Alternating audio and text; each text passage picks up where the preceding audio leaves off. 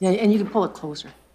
Good afternoon, everyone. Welcome to the Wednesday, April 9th Public Safety Committee meeting. First of all, I want to acknowledge we're in the traditional territory of the Coast Salish people, in particular the Snuneymuxw First Nation. I'm going to call the meeting to order. Is there an introduction of late items? There are no late items. Thank you, Ms. Robertson. Could I have a motion for the adoption of the agenda? Moved by Scott, seconded by Kim. All those in favor? Seeing none opposed, motion carries. Has everybody had a chance to see the minutes? Any errors or omissions that need to be addressed? Seeing none, I'll ask for a motion to approve the minutes circulated. Moved by James, seconded by Kim. All in favor? Seeing none opposed, motion carries. On to council communications. Is this you, Ms. Robertson? This is just reporting out, Madam Chair, that at the March 3rd regular council meeting, council did accept the following initiative themes to be prioritized by the committee based on the work plan for 2024 to 2026, and the items are outlined in the agenda. Thank you very much, Ms. Robertson. So nothing needed there. Moving on to presentations. Public Safety Department overview. Mr. LeBerge, welcome. Thank you, Chair. Good afternoon, committee members. Oh,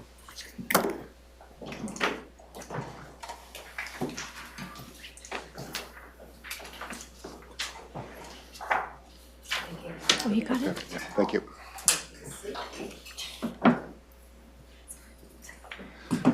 Yeah, so good afternoon, committee members. This is a carryover from last month, so thanks for your patience. I'll just touch on the highlights of the activities of the Public Safety Department from last year. I'm just starting with this slide, which is probably too small to see, but it breaks down the org chart of the department. We actually have 7 business lines: social planning, community safety, bylaw services, parking enforcement, municipal enforcement, adjudications, and animal control. Just for the interest of time, I'm just going to touch on some of the highlights of a few of them, but not all. Mr. LeBerge, do you want to just move your mic a little closer to you there, just for the recording? There. Thank you very much. Great. So turning to social planning first, we have Ms. Wood, our social planning manager, here this afternoon. Very, very busy year. This is one of the kind of keystones. We actually brought social planning into the Public Safety Department last year just because of the initiative she works on so closely aligns with the work groups of our other teams. Ms. Wood implemented the NIMO Youth Strategy starting last year. It's $1.8 million in Public Safety Canada funding. And that creates safe gathering spaces for youth, youth outreach and mentoring, and enhances existing youth programs of the different agencies in the city. She also coordinates the allotment of rent supplements in the rent bank. Each one of them have $150,000 of annual funding. The rent supplements help low-income families bridge financial gaps to sustain housing. And the rent bank provide interest-free loans to cover essential utilities and crisis mitigation. Ms. Wood also organized the Provincial Acute Response Table. We have Mr. Hopkins from the RCMP here who also helps co-chair that. The Acute Response Table is a group of 25 frontline public safety, health, and social services agencies. They get together every month and they work to try to identify vulnerable people and avert crises by rapidly connecting to the services of the 25 agencies that participate. Ms. Wood also manages social planning grants that are allotted by Mayor and Council, and that's $85,000 annually. And these are for programs that enhance social cohesion and address the effects of poverty. Ms. Wood and I also provide the primary supports to the Assistance Planning Organization, which is the nonprofit society that works arm's length from the city in pursuing the objectives of the Health and Housing Action Plan. And this year also participated in the organization of the point-in-time count. Ms. Wood also works with Emergency Preparedness Coordinator for emergency response services during extreme cold weather events. And this includes the creation of overnight facilities that were recently activated at both Bevan Park and the Harvest Church. Ms. Wood was responsible for the implementation and development of the year-round drop-in hub at 55 Victoria Road, and that opened on January 2nd of this year. And this provides a welcoming and safe space, food and connections to services, and a refuge from the weather for unsheltered folks. And I think, Ms. Wood, about 70 unique people come through the hub every day currently, so it's been very, very well utilized. And lastly, we are also assisting BC Housing in the implementation of the Heart and Hearth program. That's the supported housing sites that are going up in 4 locations around the city. Program is intended to resolve encampments as they occur, and it'll create 238 new units of housing in the city. And our next site is actually set to open at 1033 Island Highway later this month, so we're quite excited. That'll be 60 additional people off the street very shortly. Some of the other initiatives that we worked on at the Public Safety Department, back in 2022, we developed the Downtown Nanaimo Community Safety Action Plan. And that plan was to develop downstream responses to the most serious and visible issues in the city center. This led to the development of the Community Safety Officer and Clean Team programs. From the review that was conducted by Deloitte, Council has approved 10 new community safety officer positions. We'll be hiring 6 this year and another 4 next year. And I'll talk about the work that the CSOs do in just a moment. We also have allotted $4.5 million in capital projects for our downtown parkades over the next 5 years. Last year, we installed $165,000 worth of CCTV equipment and about $1 million in new surface membranes, repainting, gas sensors. I can't emphasize enough the importance of safe, clean parkade facilities because it touches everything downtown as far as our hospitality centers, our conference center, our theaters, et cetera. And the experience that people have is often dictated by, how safe they feel when they're downtown. We enacted a new respectful spaces bylaw, and some amendments were just adopted by council earlier this week. This provides an effective mean to deal with inappropriate behaviors in civic facilities, most significantly in our recreation facilities where they have some challenges with problem patrons. We introduced pay and resident exempt parking in the hospital area. And with that, we're now managing in excess of 6,000 parking permits annually and another 500 for the Parks Department and over 250 resident exempt permits. So parking as the city grows is becoming just a bigger and bigger project for the city. This will be the last year that we're administering the vandalism relief grant. No, I'm sorry, maybe is it this year or next year, Chair? It's one more. Yeah, so that's $30,000 annually, and that just gives quick relief to downtown businesses that are victims of break-ins, vandalism, graffiti, et cetera. And the program's been so successful, I can tell you now, on April 1st, we've already exhausted more than half of this year's allotment, so a lot of demand for that. We also administer the Nuisance Property Committee. That's a joint committee of the RCMP, the Fire Department, and other city departments. And last year, we investigated 38 nuisance properties, 5 of which were ultimately designated as nuisances by mayor and council. And lastly, we imposed remedial action requirements, or rather, I should say, council did, on 8 properties for building code contraventions or hazardous conditions, several of which led to requirements for demolition, most recent being the Jolly Miner Hotel. Mr. LaBerge, could you just expand on what happens when somebody's declared a nuisance property? Because there's a lot of people don't understand what that means. Yes, Chair, of course, yeah, thank you. So the nuisance abatement bylaw governs the process. Basically, if we have properties that have excessive calls for service by the police, by the fire department, or by the bylaw department to mitigate nuisances, 15 years ago, these are almost all drug houses. That's not such an issue anymore. Now it's more, party houses, disturbances, these types of things. We will inspect the property, make sure that it's being used in accordance with zoning. We will encourage the landlords to mitigate issues if it's problem tenants, to work with their tenants. If we're unsuccessful, then we will go before council, explain kind of the background, and on a resolution of council, if it's designated a nuisance, any point forward where any city services have to go to mitigate nuisances, it's a $250 charge per agency per call. Thank you. You're welcome.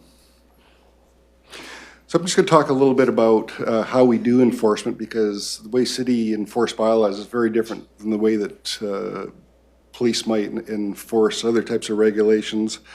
When we think of Donald Trump, he offers a small carrot and carries a big stick. Well, we kind of do the opposite. We offer big carrots and try not to use the stick when we have to. The things you see on the list is the continuum, and our objective is always to inform and educate people when they're contravening our bylaws, and whenever possible, we give people an opportunity to voluntarily comply and time to do it.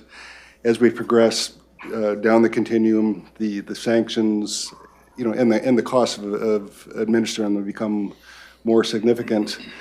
Letters of direction, so we will always inform people when they're in contravention of a bylaw, so they're aware of it. And it actually sets in motion the regulatory processes that are set out in the bylaws.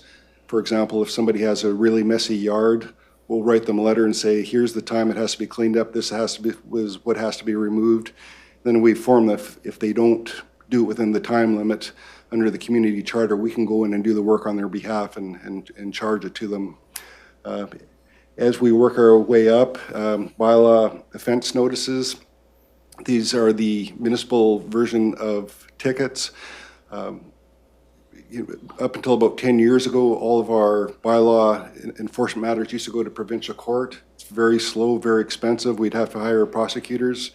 So the local provincial government gave us made some legislation where we could create our own adjudication system, and that's what we've done. So we can now adjudicate all these matters with our own adjudication services for any matters where we fine up to $500.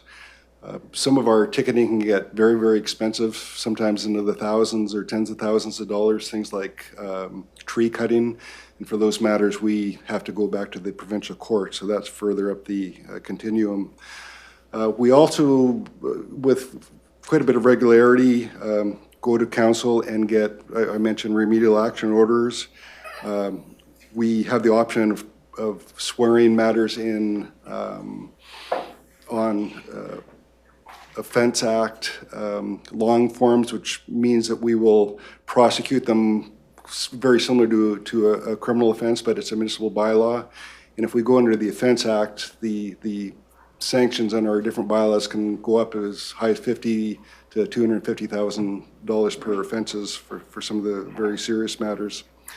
And lastly, there are a number of things that we ultimately litigate in the Supreme Court by way of injunction. And that's often zoning matters and building matters, where, sometimes we require people to take down buildings or do significant structural alterations. These types of files sometimes can take 2 to 5 years to resolve, so they're very, very complex. But typically, we'll try and work through the continuum on all these matters, kind of from the left to the right. Just talking about bylaw services briefly, I just gave a kind of a highlight of some of the different activities that the general duty bylaw officers do. I can tell the committee that in 2024, there were 3,657 calls for service, so they're very, very busy. This certainly isn't a complete list. And as I said, these are the offices that are doing these long-term investigations, zoning, building. Some of the files are very complex. They prioritize their calls. Anything involving health and safety will be dealt with very rapidly, or things that we see that are potential liabilities to the city, and there are many of them, followed by nuisances, and then everything else is kind of considered nominal infractions. You know, the height of fences, these types of things. While the community safety officers are the primary response for encampments and social disorder downtown, they don't go outside of the downtown core very often, so it's actually the other bylaw officers in our teams that do the work with unsheltered folks in encampments in the remaining areas of the city.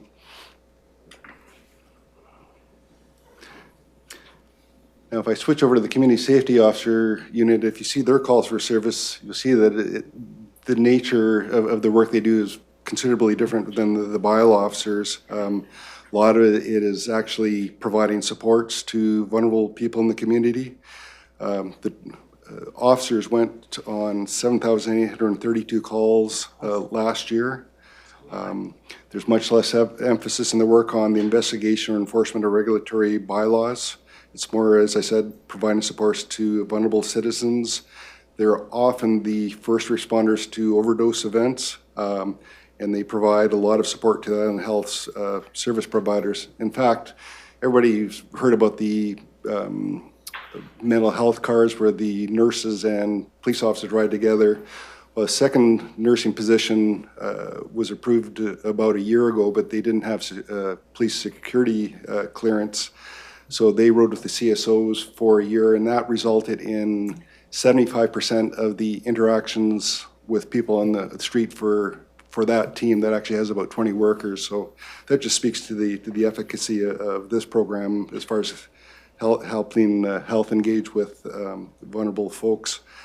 Our CSOs are, you know, you could call them an outreach team, and their presence is far more prominent on the streets than any of the other outreach teams. They work 7 days a week, 16 hours a day. When we enhance the teams, we'll probably bump that up to 21 hours a day, so a great deal of context downtown. The officers provide supports daily to the drop-in hub, to the emergency shelters, and they provide quick responses to support businesses. The idea that if we can arrive quickly and de-escalate things, the response is faster than police, and many times we can free up police resources to go on to other more serious matters. You know, when I talked about overdoses, one thing I want to, you know, mention is that the CSOs administered 1,292 units of naloxone in overdose events last year, and they performed life-saving CPR in 148 cases. And they're often finding folks in very remote areas that otherwise they wouldn't have been checked. So they've saved a lot of lives, you know, since the inception.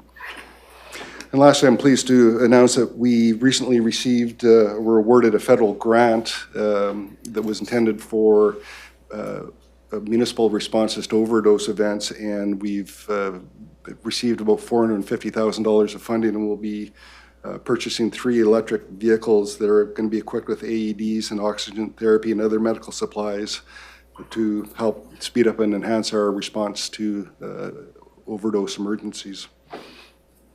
We expect them to arrive in about 3 or 4 months.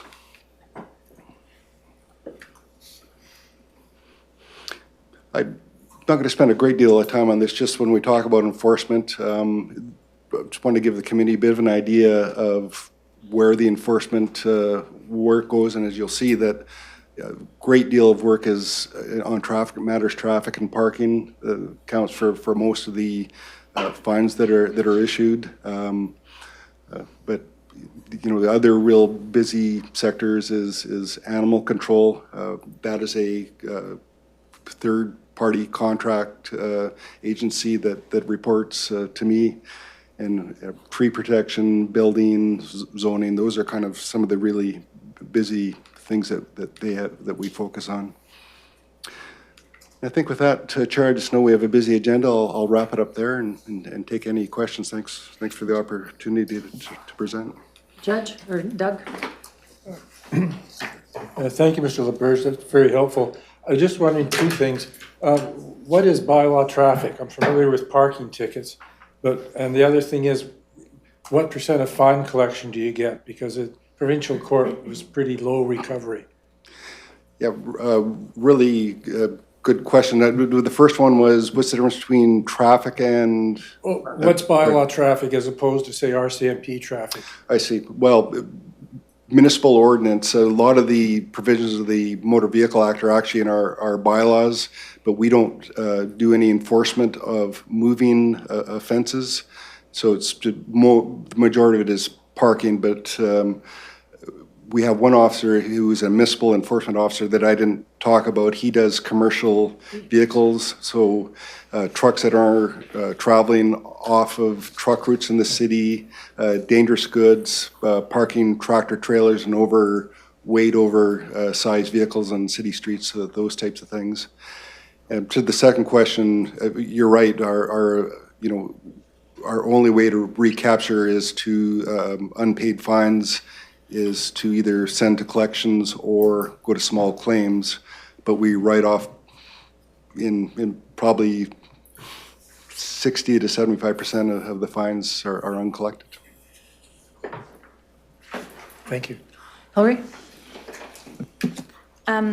You noted 148 calls that the CSOs attended for medical overdoses, and then the naloxone number was 1292. Is that the number of doses of naloxone that they have administered, and are all of those tied to the 148 medical OD cases?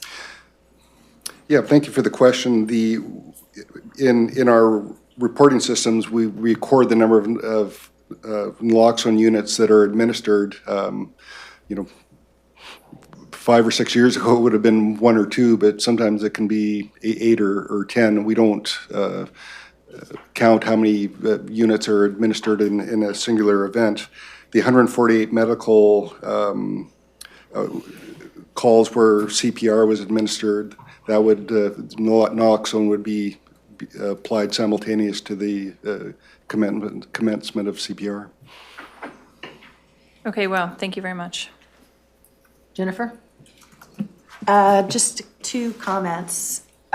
First of all, I'm glad to hear that council is supporting more CSOs. I think that's been a hugely, hugely successful program, and I think it's made a lot of difference just in sort of the perception of safety on the street and dealing with problems early on before they get to be more serious. So I hope that council continues to support that. I found it interesting that you identified parkades as a big issue, because that's one of the ones that I've heard quite a bit of. And it is something that wouldn't have occurred to me, but it's something where, your average citizen has an interface with a whole bunch of different things in a whole bunch of different contexts. So I think that's also maybe not particularly glamorous, but it's important to have as a priority. And that's it. Thank you, Ms. Bilbank.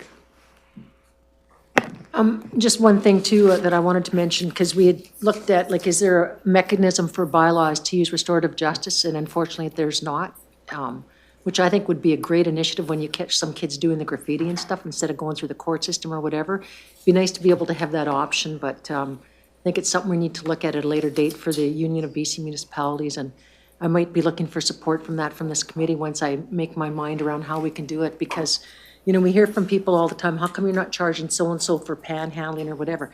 We can't charge somebody that has no money, let's be honest. And and sometimes when you hook these people up to these groups, like when we ran the graffiti task force, they started to get more connected to community as well, and they started to feel better about themselves. So there's, as everybody at this table knows, I'm a huge proponent of restorative justice and would like to see a lot more of it used in our community. So thank you, Mr. LaBerge, and I don't think that's changed, right? We still don't have the ability for RJ? Well, in short, you can use RJ for just about anything, but when we engaged RJ before, they didn't really have a funding stream to take on new entities, and I know there's maybe some new So maybe we can opportunities within discuss the that at new a later funding. date at this committee. I think if there's a way that we, okay, thank you. Can somebody capture that for me, because I'll forget? Please and thank you. Scott, sorry.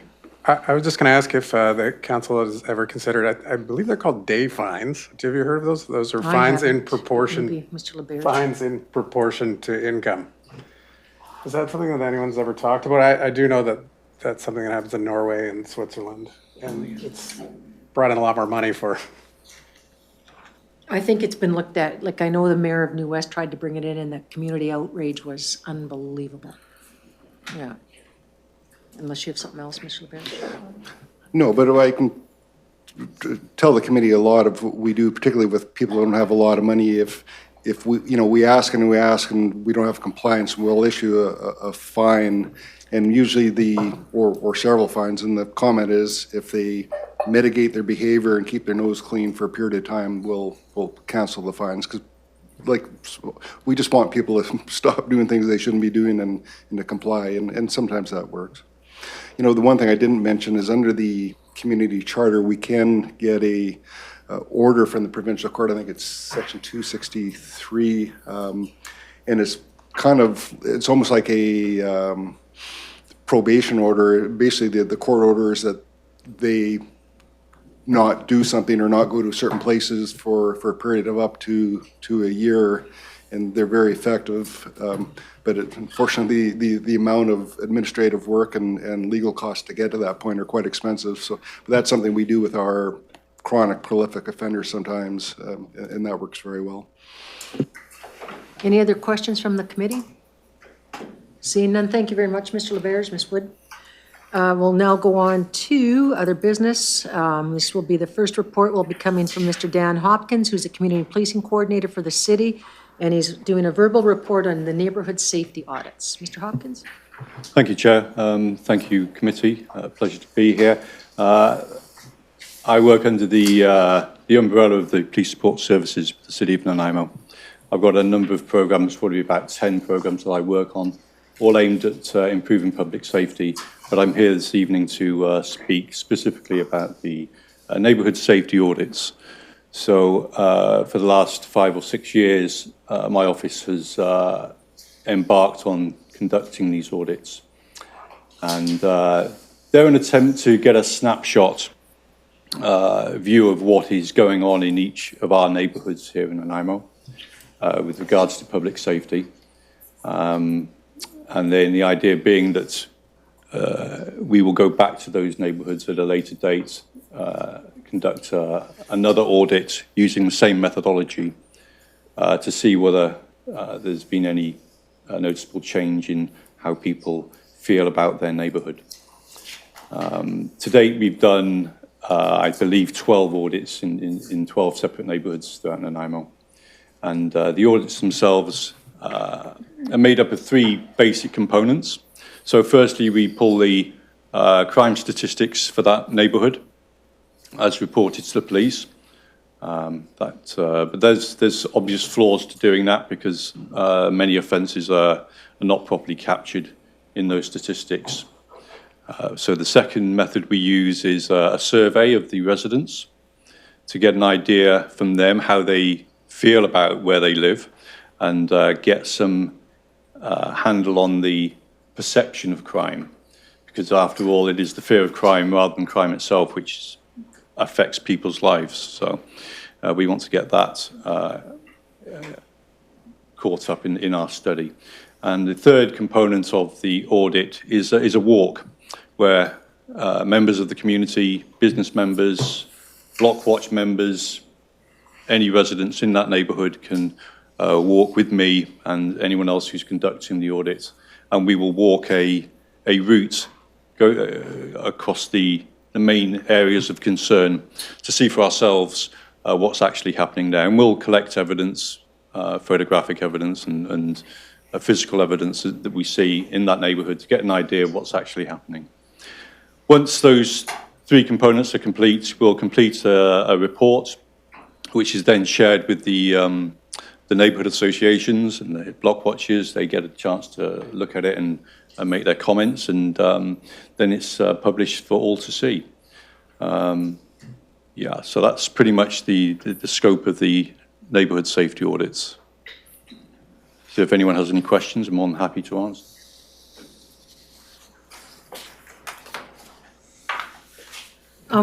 Have they been well received in the community, and is the RCMP taking action based on some of what has come back? Yeah, so there's, as part of the audit, there'll be a number of recommendations made in the audit itself, and there will be a review every couple of years to make sure that whatever recommendations were made in that audit are followed up on. The RCMP tend not to have too many recommendations placed upon them, simply because the audit is about each specific neighbourhood. And we understand that people may want to see more police officers, but that's not necessarily something that can be delivered to each neighbourhood. Everybody would love to see more police officers in their neighbourhood, but that's probably not practical until we can have more police officers. So, and sorry, the second part of your question, Chair? Well, if they were well received. Well received, yeah, I'd say, yeah, thank you.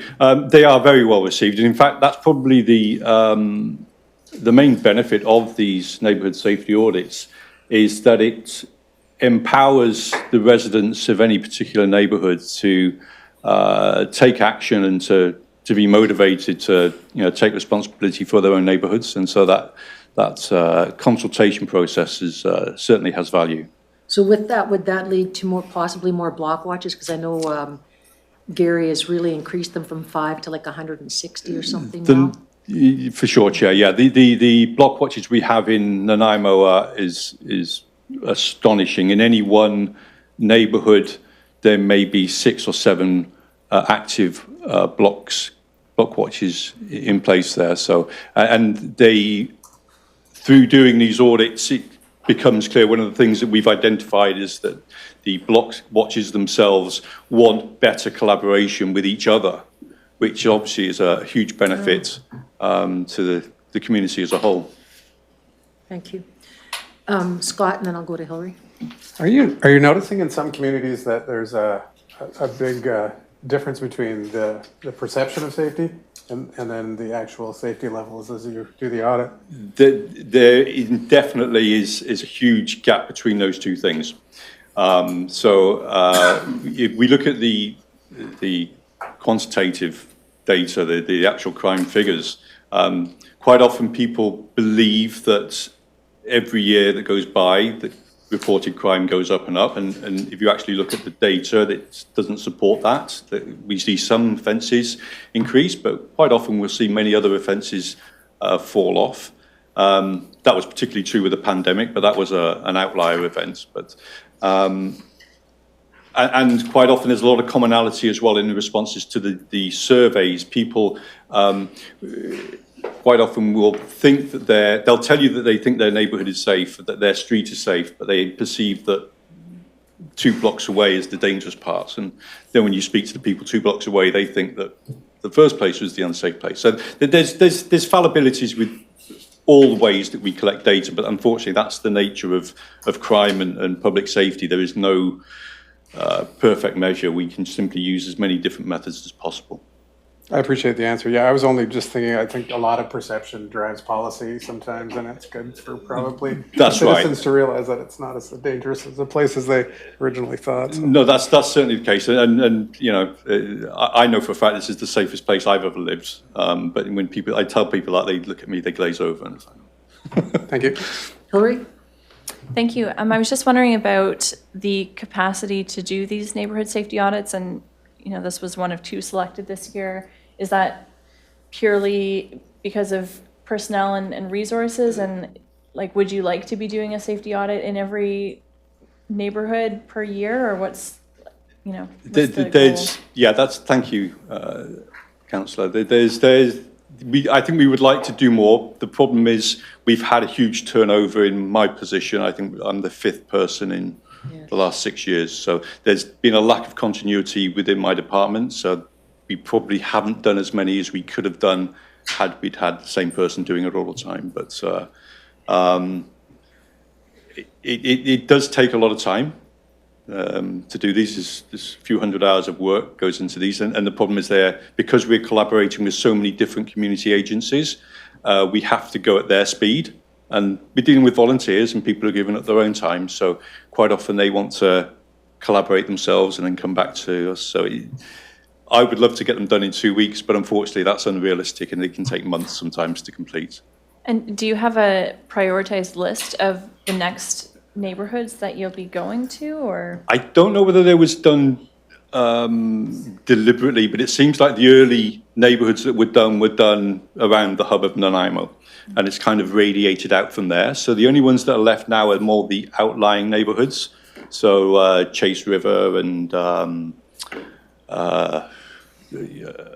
by Randerson and Westwood, those neighbourhoods, because they're simply further out. I don't know whether that was done deliberately. I suspect it probably was. Okay, thank you for your work. Thank you. Go ahead, Scott. Just one more. I wonder, did you capture other information about what's driving those perceptions?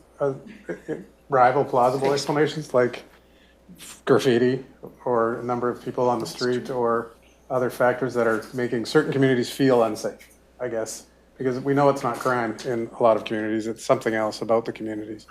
Yeah, so as part of the survey, we do kind of drill down with some of the questions. So we'll start off by asking, do you feel safe in your neighbourhood during the day? And then we'll ask, do they feel safe during the night? And quite often there's a big difference there. So people do not feel safe at night.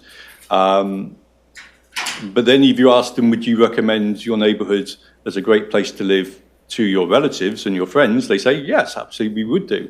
So there seems to be a little bit of conflict in their perception. They know they live in a great place, they love where they live, but they have this idea that it's perhaps not the safe place because of things like graffiti, the obvious visible things that make people feel unsafe. You know, unhoused people, for example, that makes people feel unsafe. But whether that leads to a dramatic increase in crime is, well, who knows? I would go as far as to say social media has a big impact on that too, right? People because they put stuff on there that's not always confirmed or accurate or misinformation, and they believe it to be accurate, so. Yeah, I asked because having the research, the findings to drive changes to address the perception issue would go far for Nanaimo, I think, in a lot of ways, because I think a lot of people are concerned about a problem that doesn't exist. Just along that, I'm going to ask this question to Ms. Wood. With the work that's been done in the community safety audits, would that crew thing that we signed up for, would that be of assistance to that program or not, in your opinion? To answer your question, Chair, so the cruise report and the data that will be found won't be per neighborhood, it'll be for the city. Okay, thank you. Appreciate that answer. Okay, thank you, Mr. Hopkins. Any further questions before we move forward? Seeing none, okay, our next one is, well, it's not Superintendent Rochette, it's Staff Sergeant Graves on the RCMP, please. Good morning, everybody. My name is Rob Graves, and I am standing in for Superintendent Eric Rochette. He is away on a training course this week. Happy to be here. My understanding is from what Eric had passed along to me that there was going to be some input on the APP. Is that correct? Correct, yeah. So you want us to start there? Sure. You're good. So I know last meeting we said, what are some of the concerns you're hearing in the community so that we can pass on what we hear from this community and your contacts to the RCMP. And I know I'm going to start with Doug Cowling because he did send us in a list of concerns that he had. Would you mind sharing your list and then we can go from there?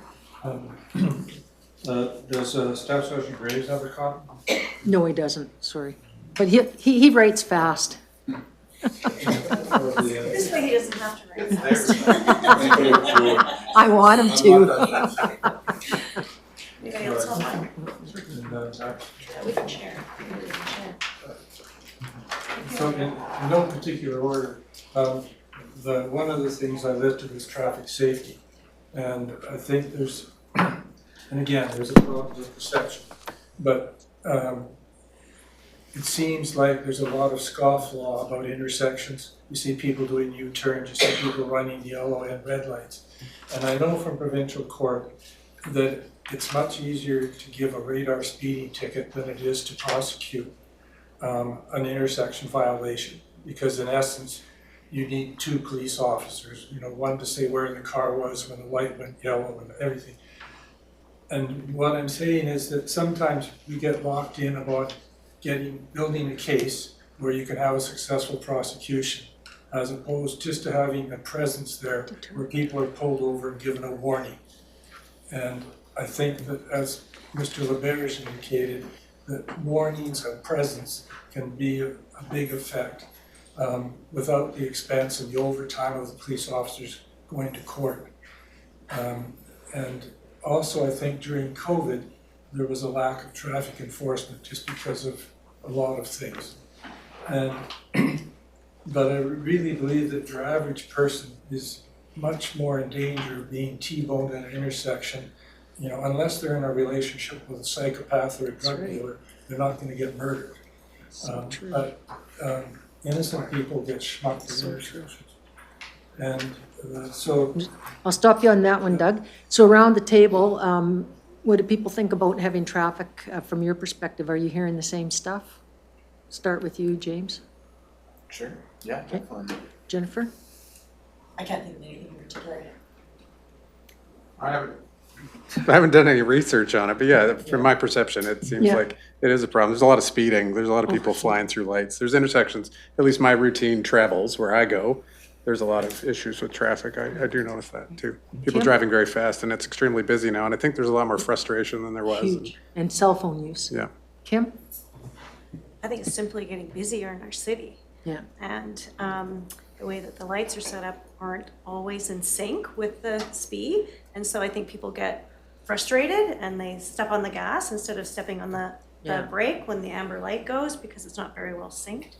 So that's just been some of my observations. Yeah, so I think, Rob, I think you're hearing that traffic has been a concern. I think you probably know that. And I know I can speak that the traffic unit was decimated down to 2 people from 13, which is, and I'll just going to be quite blunt here, and they've had a lot of fatals, as we've stated.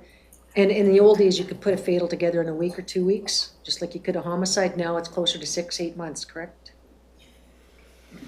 Yeah, just to speak on the number of fatalities we've had here in Nanaimo of late, certainly it's skyrocketed.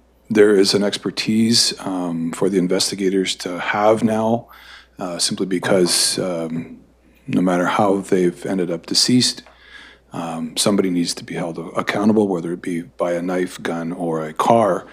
And as a result of that, the investigators are required to have major case management skill sets. And not everybody that migrates to the traffic unit has that. They're more there to write the ticket and those sorts of things, do more traffic enforcement. But sadly, the province and the courts expect much more from us when we are making disclosures on fatalities.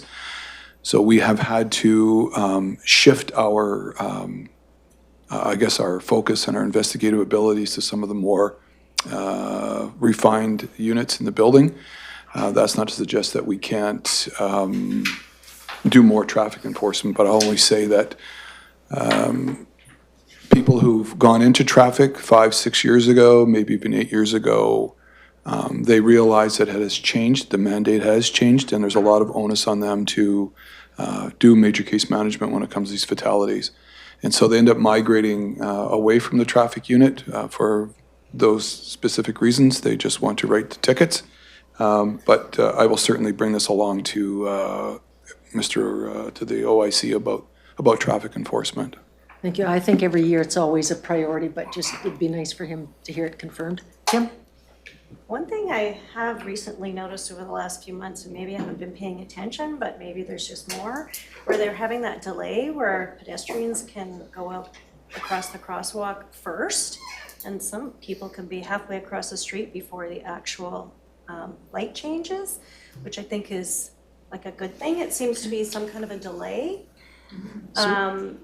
It just gives people more time to get across the street. You don't find that the cars are kind of trying to turn into them so that they make the light on time. So what I'm hearing, what I'm hearing maybe is we should maybe have our traffic, Barb, I think it is, come in and talk about what are the initiatives the cities are doing? Could we see more of them at other places? It might, and this, like I'm trying to get the committee focused on more preventive stuff along that, because we have a tendency, we're always seem to be focusing on homeless, and there's bigger safety issues than just that. And something will be coming up in the middle. So I think if we did have that, because you mentioned a point, what is the traffic signals? Are they synchronized? Could we do better on that?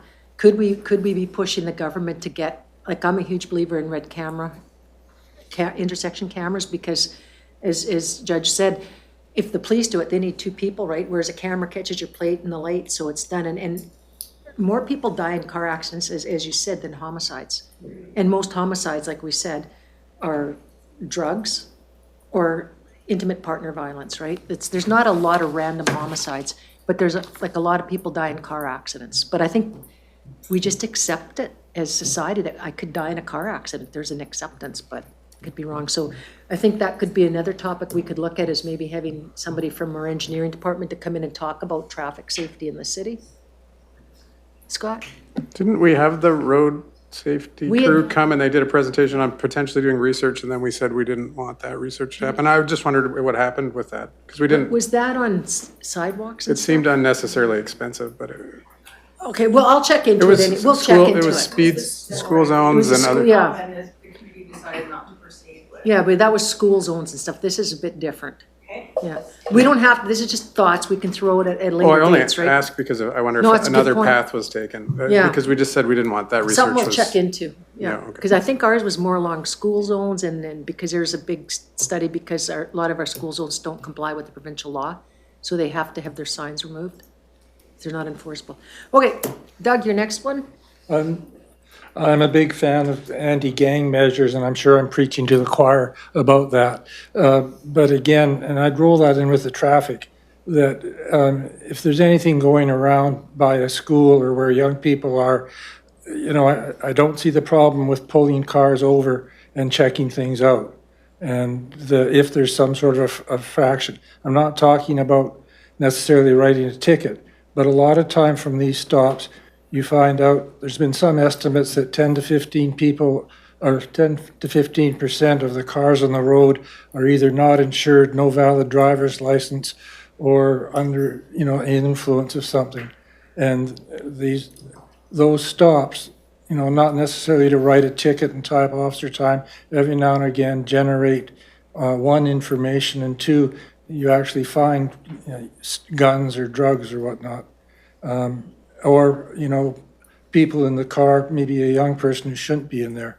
And so and I'm glad that we've got the officers in the schools, but I think the gang people prowl around the schools and stuff like that. So that, again, then I'll stop there. So organized crime. Yeah, I think we're talking maybe about two different things, organized crime and gangs around the schools. Not to suggest that the organized crime might be potentially behind the peddling of, say, drugs, et cetera. We do have school liaison officers in the schools, but we also have a lot of other officers who are alive to the fact of who the movers and shakers are in the organized crime world. We do have a group called Brothers Keepers who are very prevalent here in the city. We've run projects on those individuals. For those who may or may not know, the sad thing is they recruit a lot of young youth, clean-looking types that sometimes are under the age of 18 years old. Maybe their first offense when they get caught, they get coerced into doing drug trafficking for a variety of different reasons. And as soon as we end up taking them off the street, there's someone else replacing them to do that. They're very resourceful in how they traffic their drugs. They don't carry a lot of drugs with them, which means that the courts don't look at them maybe through the same lens that they would if they were caught with a kilo versus a half an ounce of meth or fent or something with them. So they're very resourceful, very strategic, but I like to think that we know who they are, and we do the best that we can with the resources and the time that we have for that particular piece.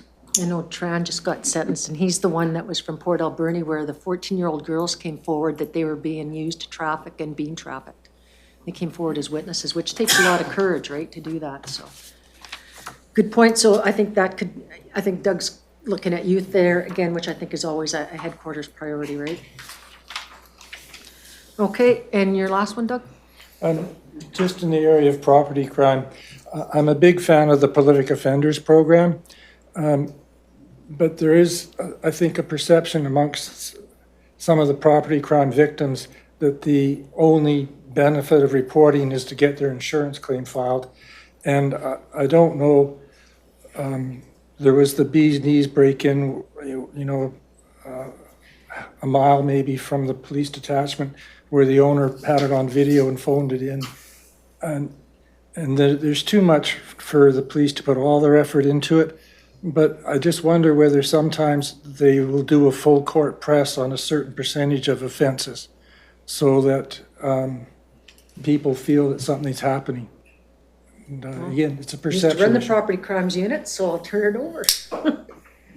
Well, I guess as far as the property crime is concerned, it has ebbs and flows to it. I mean, we can't be at every stolen,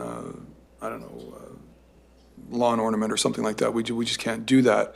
I think what we try to do is focus on who the prolifics are, and if we get wind of who they are and we know that they're causing a lot of havoc in the community, I mean, clearly we will target them if that is possible. One of the major focuses that we've had in the city of late is the amount of violence versus property crimes.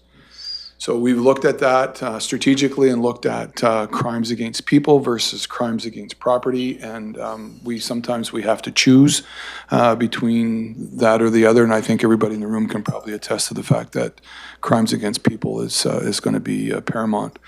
That's why we've started, there's been a Revoy program where we've identified 10 or 12 of the most violent types in the community, and we do target them. And we put them through the court processes, and we think that the courts are going to look at them a little bit differently because of the level of violence that they commit in the city. We do have priorities, and that's really what the priority was. But I'm not to suggest that if we realize that there's somebody out there that's stealing cars or an active arsonist or something along those lines, that they don't get our attention, because they certainly will. Thank you. And Kim? I just wanted to ask a question. So with regard to property crime, I think that there's a huge perception because of the number of unhoused people we have in our city that it's the unhoused that are committing these crimes. In your experience, what's the percentage of property crimes? I'm talking serious property crimes, cars being stolen, like large, high-value items out of people's homes, that kind of thing. It's always being blamed on the unhoused. So in your experience, where is it really coming from? I wouldn't suggest that it's the homeless that are committing these high-end thefts. It's more about someone who is a little more mobile and a little more resourceful within the community. But if the person we see them quite often here in town pushing shopping carts, I don't think that they're stealing high-end trucks, tractors, that sort of thing. That's not their MO. They're petty thieves that are stealing things that are laying in someone's property that they can convert to their own use. But no, I would think that's not accurate.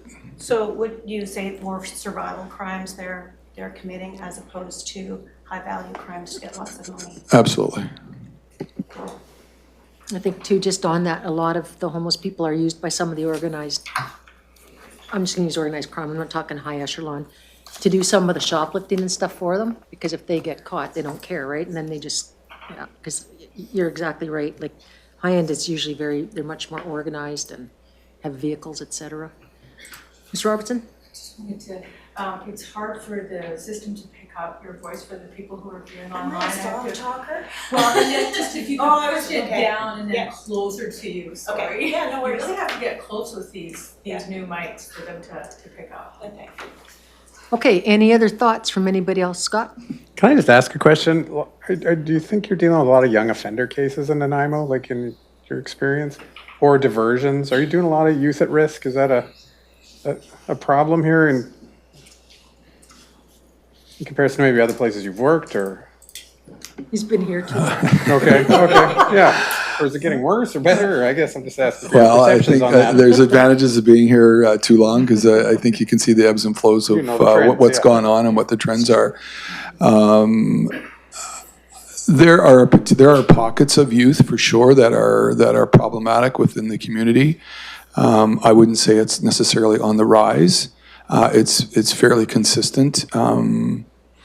You know, I mean, there are some high risk youth in the community for sure, and there's some that run amok.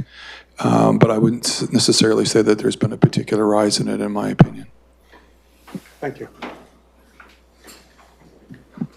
Any other questions or comments or anything else you think that the police should be focusing on from a community perspective? Anything further you want to add, Staff Graves? No, just that I will, clearly, I have this, these items that was provided to me, and I will discuss that with the superintendent when he gets back next week and bring that to his attention. Thank you. Thank you. And you're free to leave if you've got other stuff you need to do. Okay, thank you very much. I think I will escape. Thanks. Jesus. Not surprised at that answer. Okay, moving on. We're going to have socialists and GIS data mapping, and that's going to be introduced by Ms. Wood, our manager of social planning. Ms. Great, thank you. Thank you, Chair. Thanks, Steph. I just want to give a committee an update, or just at least some initial information about an exciting project that the Public Safety Department is working on with GIS through our IT department. I think we mentioned before also when we gave an update about our homeless point-in-time count, just the exciting possibilities that we can do around using our GIS team and the tools that we have. So we're actually creating what we're calling a social services management mapping project. So it's an information tool that will be able to assist city staff in analyzing the relationship between complex social services and the vitality of the neighborhood. So we hear a lot about, you know, concentration of services and that sort of stuff. So this may be a tool that city staff can look to help with some of that analysis. Also to identify underserved areas or areas of risk of social conflict and disorder, and really to help maybe assist with the placement of new much needed social services so they can see program success while taking the needs of the neighborhood into consideration with some of these new programs. So the key data elements that will be included in this mapping project include social service locations really focused on basically people who are experiencing homelessness and the social services that they need to be able to access services that may be considered basic need, which would include things like shelters, so any homeless shelters, emergency housing, supportive housing, temporary or permanent, basic need services such as meal programs, shower programs, warming and cooling centers, and any health services that would be required for anybody who's experiencing homelessness. So clinics, mental health services, overdose prevention, addiction treatment centers as well. We would also include looking within this mapping project positive activity generators, so looking at education, institution, parks and recreational spaces, community centers, employment hubs, retail and entertainment districts, transit hubs, libraries, business hubs, even walking distances to services and amenities as well. And we'll basically overlay that and add some contextual data around population density, public transportation routes, crime data where available, depending on the particular areas. Looking at proximity to residential zones, zoning regulations, and then also taking into account some of the socioeconomic indicators that we'll be getting a report from through our cruise project as well. So we're currently just in the process of collating some of those geospatial data, and we'll be mapping the locations. We'll have some static maps, but it'll also be an interactive tool that city staff can use, so real estate or maybe current planning or community planning staff as well, to maybe even apply heat maps to highlight densities or areas of high overlap between some of these different activity generators as well. And just, we can come back with an update, but there will be some preliminary maps, some static maps, going forward to the Governance and Priorities Committee on May 12th. So if the committee's interested, there'll be some initial preliminary updates provided to the committee. Thank you. Will there be anything looking at seniors? Because we know we've got a lot of seniors that are, like we hear from shelters that there's a lot more seniors in there that aren't addicts, aren't users, can't afford to live. Like, I think that's a group that we're missing a lot of. I think that's the beauty of this information tool is we can build it as we are building it out. So right now, we're just really focusing on kind of what we've heard from the community around concentration of services, but also the fact that we need more services, the large number of people experiencing homelessness, and then engaging some of our community partners. But we can build that tool out, so then we can start to add specific services that may be more targeted towards seniors or even youth if we need to. So this is just kind of a first step. So when you're looking at that in the social services, are you also going to look at the cost of rents for some of these places or like land purchases? Because the reason so many are in the southern part of town is cost factor and availability of building space that doesn't exist elsewhere. Will that be looked at as well? Well, that's a really good point, Chair. It's something that we could probably add as a layer when we look at basically cost of land. I'm sure we could probably check in with our GIS team availability. to check that in, yeah. Because I know when BC Housing's looking for places, as soon as they hear it's BC Housing, landlords refuse to rent, right? Okay, any questions? Sorry. Oh, God, we went right through her all. Okay, question period? So one thing that I think that is going to be coming out eventually, we want to know how the committee's doing, what's working, what's not working, because I know sometimes it's really hard to find, you know, like you're giving up your time and you feel sometimes like, what have we accomplished, what have we done? So we're looking for ideas from the committee in the future as to what's working, what's not working, and we've asked staff, we had a meeting with our Chrissy, Mr. LeBerge, and our CAO to talk about what's working, what's not working. We looked at what's happening in other communities, how they're doing theirs, so I think we're going to have a questionnaire or survey of something come out to the committee members in the near future. And we'd really appreciate your feedback because committees are only good as what we get back. And you know, and if I'm not getting anything out of a committee, I'm probably going to leave, right?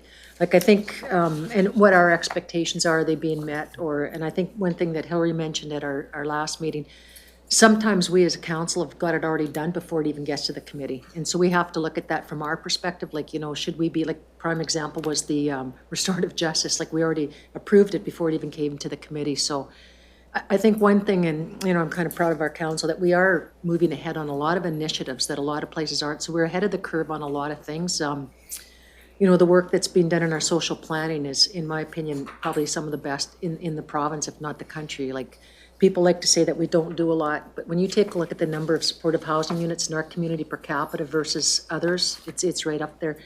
You know, obviously I'd like to see some other models as well, which is something like Kim had brought up. There's different models around the province, but that's another group that's going to tackle that through the SBO, I believe, would be looking at some of those options. So, you know, and we're looking to see if there's overlap between the two groups that we can both do stuff on. So that's where we're at for that. Anybody else have any comments or anything they'd like to say at this time? Scott? I was just going to say that the committee has been valuable for me, but it's been more for me learning what the city of Nanaimo was doing and downloading it to hundreds of students all the time. So I feel like that's what I've been doing. It's been going in the opposite direction than I anticipated, but you know, it's been valuable because of that, I think. Because I think that's a really good point, because there's a lot, like, you know, we hear a lot of times, well, the city doesn't do this, don't do that. Well, you're hearing what is being done, and it's like, we're rebuilding our websites and all that to get better key messaging out there. And it's, when you're getting the message out to the community and they're learning more, then they're going to hopefully become more involved, right? You know, like we always hear, well, I never heard about that. Well, we've got to get involved site. There's things like that. Or you may hear back from your students stuff like, please, if you're hearing stuff that, well, we want to know, like, there's a missing gap for kids in this community doing A, B, C, or D. Like, bring it forward to us, because it's maybe something we could look at. Like, because we all know if you keep kids engaged, the chance of them going down the, you know, as you know, going down the crime path diminished significantly. a lot of students don't have any faith in their representatives, and so I think they like to hear from me that the municipal government and I'm was doing some good work currently, and it really works well for them. I see optimism in them. They're like, oh, someone is working hard. No, I think that's really important, like, because, you know, we forget that the youth are the future, right? So, like, if we can't get them encouraged to, like, follow municipal politics, which really, let's be honest, that's got the biggest impact on your life, more so than federal and provincial. You know, it's important to know that. And I do know that the youth feel that their voice is missing at the city because we didn't have our youth committee for multiple reasons, whatever, so. But yeah, like I'm, like, we're really willing to hear, like, if you're hearing comments back from what your kids would like to hear, or I shouldn't say kids, students, that's my age showing. Yeah, like, you know, you know, like, because I know that, Ms. Wood, they started that program, I think you were part of it at, or maybe it was Counselor Hammond's at John Barsby, and then there was the other one at the arena for kids, the drop-in hubs and stuff. Because if you're hearing stuff like that, that's really important for us to hear, because I know this council's committed to helping youth initiatives as well. You know, I gotta say, it's probably one of the best councils I've worked on. It's a really good, we balance each other out pretty well. So, Doug, and then Jennifer. I think that was, one of the things I remember was having a lot of value was the presentation from the people around the Bayview School Elementary. And I think maybe it's, and I thought actually there was going to be the Newcastle Community Association today. Was that sort of postponed? That's something that is gone. We're supposed to be having a meeting on it at the governance and priority committees is how, because that's one of the things we identified when we started looking at other committees across the province. How do they get stuff to their different committees? Ours right now, the process is it has to go through council, and then it comes, whereas other communities don't have that. It goes direct to the committee, not through council.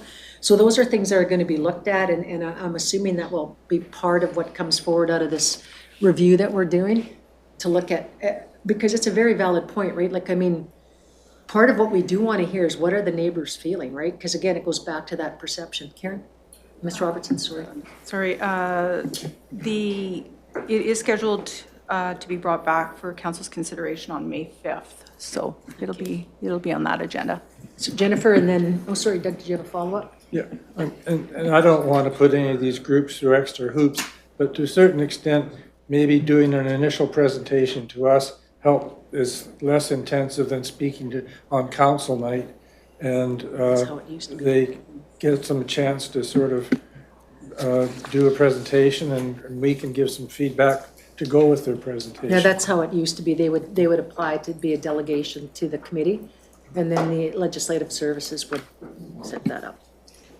And I think too, there's a little bit of a difference between presentations versus delegations. So, you know, anybody can sign up to be a delegation to come to a committee to speak to 5 minutes on an agenda item, et cetera. Presentations are a little bit different in that they're at the invitation of council, or staff is bringing forward a consultant. There's not a time limit on it. They're a little bit more intensive, sometimes more workshop oriented. And sometimes people get confused with that because a delegation presenting something, and like the words get a little bit confused there. So that's the big difference. Delegations are a bit different than presentations. It is definitely something we're looking at. How can we get more community involvement? Jennifer, and then Hillary? I was thinking, would it be possible for us to get a presentation from a high school students union, or maybe some of Scott's students, where they identify from their perspective what the primary safety issue are for their I'm going to look to Scott Cohort? for his thoughts, since he's so actively involved in it.